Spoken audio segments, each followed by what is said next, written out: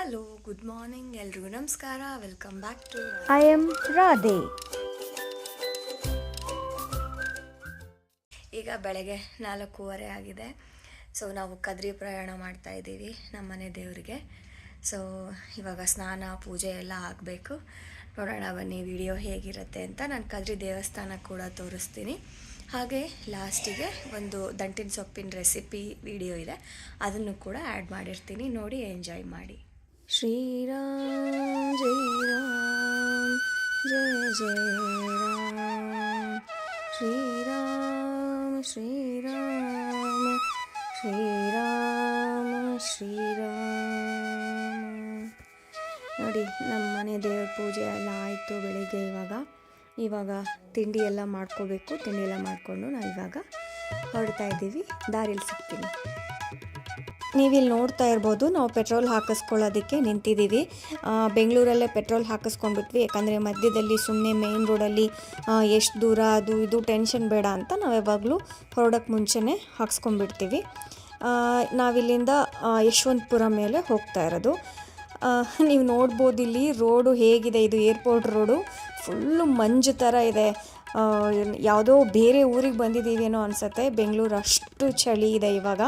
So ನಾವು 4:15 ಎದ್ದು ಮನೇಲೆಲ್ಲ ಮುಗಿಸಿ ಹಾಗೆ ತಿಂಡಿ ಮಾಡಿಟ್ಕೊಂಡು ಹೊರಟಿದ್ದೀವಿ.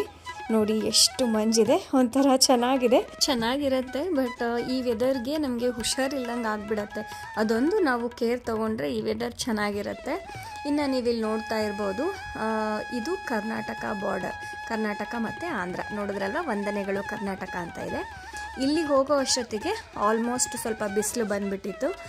ಸ್ವಲ್ಪ ನಮ್ಮ ಕರ್ನಾಟಕ ಬಾರ್ಡರ್ ದಾಟ್ತಾ ಇದ್ದಂಗೆ ಬಿಸಿಲು ಸ್ಟಾರ್ಟ್ ಆಯಿತು ಅಂತಲೇ ಹೇಳ್ಬೋದು. ಯಾರಿಗಾದರೂ ಈ ಕದ್ರಿಗೆ ಹೋಗೋದು ಹೇಗೆ ಅಂತ ಗೊತ್ತಿಲ್ಲ ಅಂತಂದರೆ, ಹೋಗಬೇಕು ಅಂದ್ಕೊಳ್ಳೋರಿಗೆ ಅನುಕೂಲ ಆಗಲಿ ಅಂತ ಹೇಳಿ ನಾನು ಈ ವಿಡಿಯೋದಲ್ಲಿ ಹೇಳ್ತಾ ಇರೋದು. ಅಡ್ರೆಸ್ ಕೂಡ ಹೇಳ್ತಾ ಇದ್ದೀನಿ. ಪುಟ್ಪರ್ತಿಗೆ ಹೋಗೋ ರೋಡ್ ಬರುತ್ತೆ. ಇದು ಮಂತ್ರಾಲಯಕ್ಕೆ ಹೋಗ್ತಾ ಇರೋ ರೋಡು. ಹಾಗೆ ಹೋಗ್ತಾ ಒಂದು ರೈಟ್ ಟರ್ನ್ ಬರುತ್ತೆ. ಆ ರೈಟ್ ಟರ್ನಲ್ಲಿ ತೊಗೊಂಡ್ರೆ ನಾವು ಪುಟ್ಪರ್ತಿಗೂ ಹೋಗ್ಬೋದು, ಹಾಗೆ ಕದ್ರಿಗೂ ಹೋಗ್ಬೋದು. ಇಲ್ಲಿರೋವಂಥ ಲಕ್ಷ್ಮೀ ನರಸಿಂಹ ಅವತಾರ ಹಿರಣ್ಯಕಶಿಪುನ ಕೊಂದಮೇಲೆ ಈ ಬೆಟ್ಟದ ಮೇಲೆ ನೆಲೆಸಿದ್ದಾನೆ ಅಂತ ಹೇಳಿ ನಂಬಿಕೆ ಇದೆ. ಖ ಅಂದರೆ ಪಾದ, ಅದ್ರಿ ಅಂದರೆ ಬೆಟ್ಟ.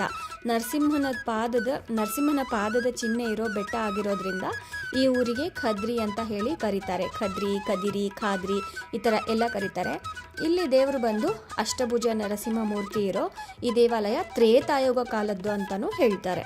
ನೀವೀಗ ನೋಡ್ತಾ ಇರ್ಬೋದು, ಈಗ ರೈಟ್ ಟರ್ನ್ ತೊಗೋಬೇಕು ಅಂತ ಹೇಳಿದ್ನಲ್ಲ, ಅದು ತುಂಬ ಹತ್ತಿರ ಬಂದಿದೆ. ಆಮೇಲೆ ಈ ರೈಟ್ ಟರ್ನ್ ತೊಗೊಂಡ್ಮೇಲೆ ಮೊದಲು ಸಿಂಗಲ್ ರೋಡ್ ಇತ್ತು. ನಾವು ಲಾಸ್ಟ್ ಟೈಮ್ 1 ಇಯರ್ ಹಿಂದೆ ಹೋದಾಗಲೂ ಸಹ ಸಿಂಗಲ್ ರೋಡ್ ಇತ್ತು. ಆಮೇಲೆ ರೋಡ್ ರಿಪೇರಿ ನಡೀತಾ ಇತ್ತು. ತುಂಬ ಕಷ್ಟ ಆಗಿತ್ತು ಹೋಗೋದಕ್ಕೆ. ಬಟ್ ಈ ಸಲ ಅಷ್ಟೇ ಖುಷಿ ಆಯಿತು, ಯಾಕಂದರೆ ರೋಡ್ ರಿಪೇರಿ ಎಲ್ಲ ಮುಗ್ದಿದೆ. ನೋಡಿ, ನಾವು ರೈಟ್ ಟರ್ನ್ ತೊಗೋತಾ ಇದ್ದೀವಿ. ಇಲ್ಲಿ ಪುಟ್ಪರ್ತಿಗೆ ಹೋಗೋದಕ್ಕೆ, ಸಾಯಿಬಾಬಾ ಪುಟ್ಪರ್ತಿಗೆ ಹೋಗೋದಕ್ಕೆ ಅಂತ ಗೇಟ್ ಮಾಡಿದ್ದಾರೆ. ಅಲ್ಲಿ ನಾವು ಒಳಗಡೆ ಟರ್ನ್ ತೊಗೊಂಡ್ರೆ ಕದ್ರಿಗೂ ಕೂಡ ಹೋಗ್ಬೋದು. ಸೊ ರೋಡ್ ನೋಡ್ತಾ ಇರ್ಬೋದು ನೀವು. ನಮಗೆ ಎಂಟ್ರ್ ಆದ ತಕ್ಷಣವೇ ಖುಷಿ ಆಗಿಬಿಡ್ತು, ರೋಡ್ ಕಂಪ್ಲೀಟ್ ಆಗಿದೆ ಅಂತ ಹೇಳಿ. ಸೊ ನಾವು ಸಖತ್ ಖುಷಿಯಿಂದ ಹೋಗ್ತಾ ಇದ್ದೀವಿ. ಆಮೇಲೆ ಕದ್ರಿ ಅಂದ ತಕ್ಷಣ ಮಂಗಳೂರು ಹತ್ರ ಒಂದು ಕದ್ರಿ ಬರುತ್ತೆ, ಅದಲ್ಲ ಇದು ಅನಂತಪುರ ಹತ್ರ ಬರೋ ಅಂಥ ಕದ್ರಿ ಲಕ್ಷ್ಮೀ ನರಸಿಂಹ. ನಾವು ಹೋಗಿರೋ ಕದ್ರಿ ಬಂದು ಬೆಂಗಳೂರಿಂದ 171 ಕಿಲೋಮೀಟರ್ ಆಗುತ್ತೆ. 3.5-4 ಅವರ್ಸ್ ಜರ್ನಿ ಆಗುತ್ತೆ. ಟ್ರಾಫಿಕ್ ಮೇಲೆ ಡಿಪೆಂಡು. ನಾವು ಬೆಳಗ್ಗೆ ಹೋಗಿರೋದ್ರಿಂದ ಒಂದು 4 ಅವರ್ಸ್ 3.5 ಅವರ್ಗೆ ರೀಚ್ ಆಗಿಬಿಟ್ವಿ. ಅಲ್ಲಿಗೆ ಹೋಗೋಕ್ಕೆ ಮುಂಚೆ ತಿಂಡಿ ಟೈಮ್ಗೆ ನಾವು 9-9:30 ಅಷ್ಟೊತ್ತಿಗೆ ಮೇನ್ ರೋಡಲ್ಲೇ ಸೈಡ್ಗೆ ಹಾಕ್ಬಿಟ್ಟು ತಿಂಡಿ ತಿಂತಾ ಇದ್ದೀವಿ. ಮನೆಯಿಂದನೇ ಅವಲಕ್ಕಿ ಮಾಡ್ಕೊಂಡು ಹೋಗಿದ್ವಿ. ಏನಕ್ಕೆ ಅಂದರೆ, ಸುಮ್ಮನೆ ಏನಕ್ಕೆ ಆಚೆ ತಿನ್ನೋದು, ದೇವಸ್ಥಾನಕ್ಕೆ ಹೋಗ್ತಾ ಇದ್ದೀವಿ ಅಂತ ಅಂದ್ಕೊಂಡು ಮನೆಯಲ್ಲೇ ಅವಲಕ್ಕಿ ಮಾಡ್ಕೊಂಡು ಹೋಗಿದ್ವಿ.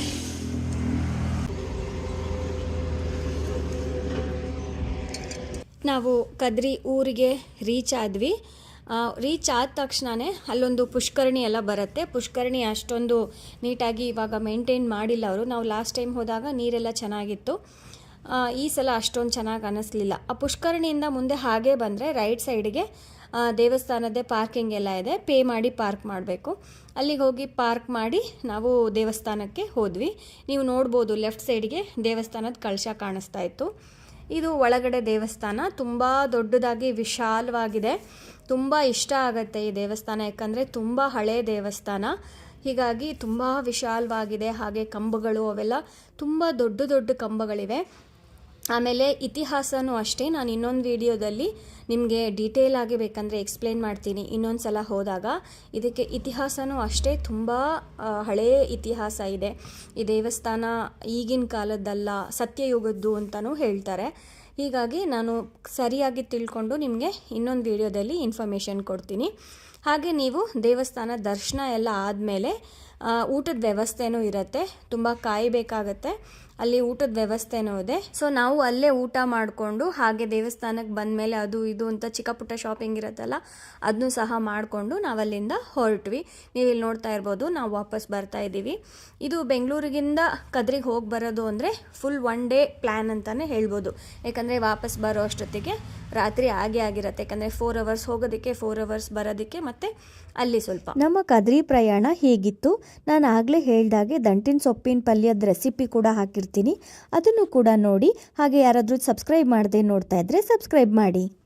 ನಾನು ದಂಟಿನ ಸೊಪ್ಪಿನ ಪಲ್ಯ ಮಾಡೋದಕ್ಕೆ ಸೊಪ್ಪನ್ನ ಕ್ಲೀನಾಗಿ ತೊಳೆದು ಈ ರೀತಿ ಚಿಕ್ಕದಾಗಿ ಹೆಚ್ಚಿಟ್ಕೊಂಡಿದ್ದೀನಿ. ಈಗ ಪಲ್ಯ ಮಾಡೋದು ಹೇಗೆ ಅಂತ ನೋಡೋಣ. ಮೊದಲಿಗೆ ನಾನು ಇಲ್ಲಿ ದಪ್ಪ ತಳ ಇರುವಂಥ ಪಾತ್ರೆ ತೊಗೊಂಡಿದ್ದೀನಿ. ಪಾತ್ರೆ ಕಾದ್ಮೇಲೆ ಅದಕ್ಕೆ ಎಣ್ಣೆ ಹಾಕೋತಾ ಇದ್ದೀನಿ.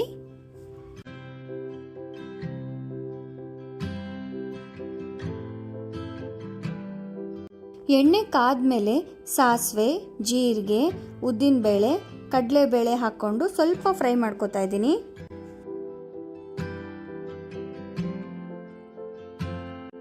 ಕುಟ್ಟಿಟ್ಕೊಂಡಿರೋಂಥ ಬೆಳ್ಳುಳ್ಳಿ ಹಾಕೋತಾ ಇದ್ದೀನಿ. ಬೆಳ್ಳುಳ್ಳಿ ನಿಮಗೆ ಬೇಡ ಅಂದರೆ ಸ್ಕಿಪ್ ಮಾಡ್ಬೋದು. ಚಿಕ್ಕದಾಗಿ ಹೆಚ್ಚಿಟ್ಕೊಂಡಿರೋಂಥ ಹಸಿಮೆಣಸಿನ್ಕಾಯಿ ಹಾಕೋತಾ ಇದ್ದೀನಿ.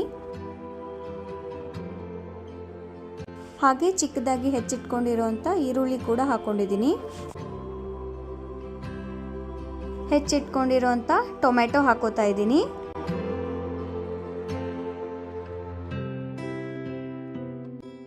ಸ್ವಲ್ಪ ಅರಿಶಿನ ಹಾಕೋತಾ ಇದ್ದೀನಿ.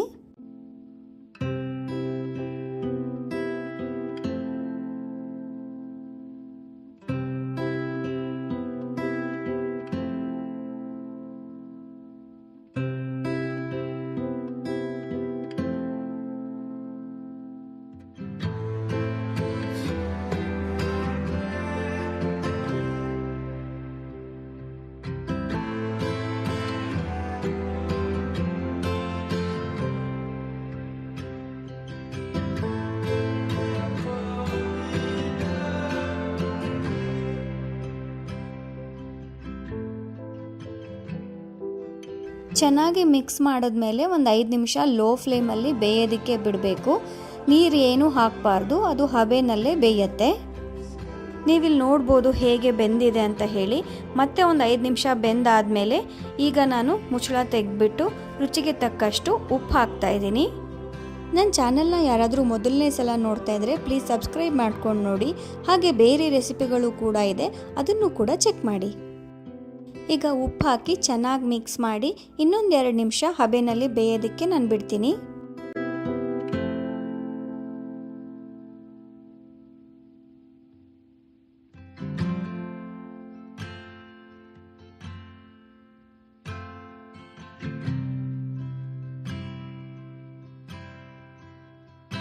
ಈಗ ಕೊನೆಯದಾಗಿ ಕಾಯಿ ತುರಿ ಮಿಕ್ಸ್ ಮಾಡಿಕೊಂಡ್ರೆ ದಂಟಿನ ಸೊಪ್ಪಿನ ಪಲ್ಯ ರೆಡಿ ಆಯಿತು. ಇದನ್ನು ನೀವು ಚಪಾತಿ ಜೊತೆ, ರೊಟ್ಟಿ ಜೊತೆ, ಹಾಗೆ ತಿಳಿ ಅನ್ನ ಸರ್ವ್ ಮಾಡಿದಾಗ ಸೈಡ್ಗೆ ಪಲ್ಯ ಅಂತ ಯಾವ ಥರ ಬೇಕಾದರೂ ತಿನ್ಬೋದು. ಸೊಪ್ಪು ಆರೋಗ್ಯಕ್ಕೆ ತುಂಬ ಒಳ್ಳೆಯದು. ಅವಾಗವಾಗ ಮಾಡ್ಕೊಂಡು ತಿನ್ನಿ ಅಂತ ಹೇಳ್ತಾ ನಾನು ಈ ವಿಡಿಯೋನ ಮುಗಿಸ್ತಾ ಇದ್ದೀನಿ. ಹಾಗೆ ನಾನು ಮತ್ತೊಂದು ಸತಿ ಕೇಳ್ಕೊತಾ ಇದ್ದೀನಿ, ಸಬ್ಸ್ಕ್ರೈಬ್ ಮಾಡದೆ ನೋಡ್ತಾ ಇದ್ದರೆ ಪ್ಲೀಸ್ ಸಬ್ಸ್ಕ್ರೈಬ್ ಮಾಡಿ ನೋಡಿ. Thank you.